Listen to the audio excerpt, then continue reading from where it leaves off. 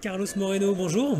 Bonjour. Alors, vous nous avez parlé beaucoup de proximité, bien sûr, vous qui êtes l'inventeur de la ville du quart d'heure, mais d'une proximité heureuse. Alors, on entend aussi Pierre Rabhi et sa sobriété heureuse derrière, mais là, c'est un peu différent. Proximité heureuse, qu'est-ce que ça veut dire?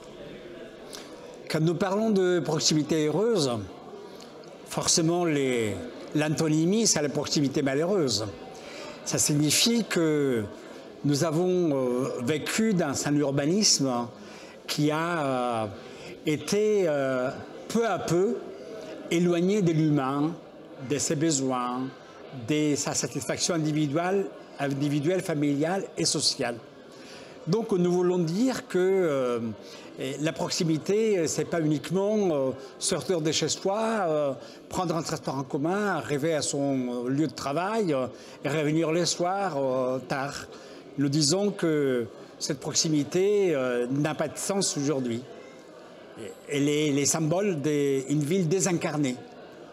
La proximité heureuse, c'est incarner la ville dans la dimension humaine, qui est mon épanouissement personnel, les gens que j'aime, familial, voisinage, social, professionnel.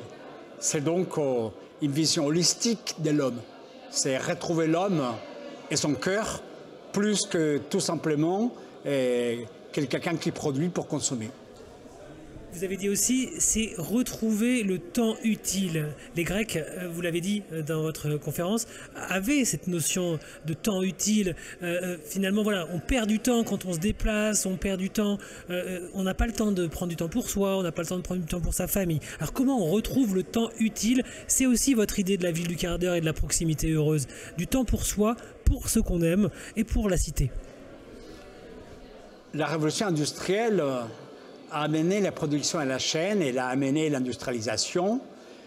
On est aujourd'hui plutôt désindustrialisé, mais il y a quelque chose qui est resté, c'est la perte du temps utile, parce que on est rentré dans un système où le temps est devenu un produit, où les matières premières, c'est donc les heures, les minutes et les secondes qui servent effectivement à cadencer plutôt notre vie, plutôt qu'à la nourrir. Donc le temps utile, les temps individuels, les temps familial, le temps social, les temps de la créativité, le temps de la spiritualité, quelles que soient ses croyances, c'est un temps de construction, c'est un temps de rencontre, c'est un temps qu'il est utile parce qu'il crée le lien social. Et donc la ville des quarts d'heure est basée sur cette notion de retrouver le temps de l'humanité que nous avons perdu.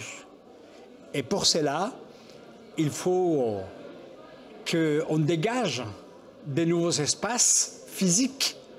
Il faut qu'on dégage une autre manière d'appréhender ce qui m'entoure pour que je puisse rencontrer au travers le temps les autres qui sont moi-même, qui sont mes amis et qui sont ceux qui font la ville.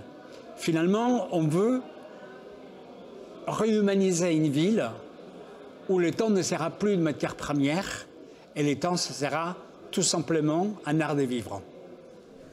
Dernière question, vous avez écrit un ouvrage avec un sous-titre « Droit de cité ».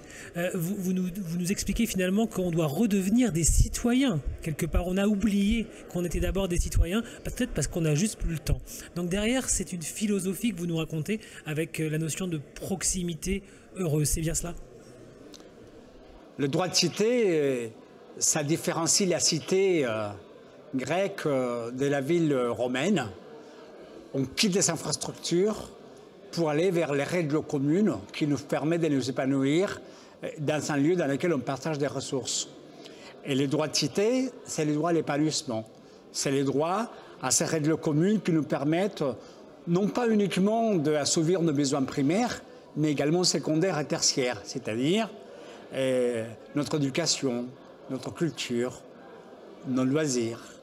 C'est donc retrouver une qualité de vie que nous avons perdue quand simplement les infrastructures nous ont permis d'aller plus vite et plus loin. Donc, nous voulons plus que continuer à aller plus vite et plus loin à un rythme que nous ne maîtrisons plus, retrouver un usage de ce qui nous est le plus cher, c'est-à-dire donner un sens à nos vies. Et la ville, c'est avant tout la citoyenneté, la participation, la démocratie, l'altérité, les regards, considérer l'autre comme soi-même et trouver dans la différence ce qui nous unit plutôt que ce qui nous sépare. Merci Carlos Moreno. Merci à vous pour l'invitation.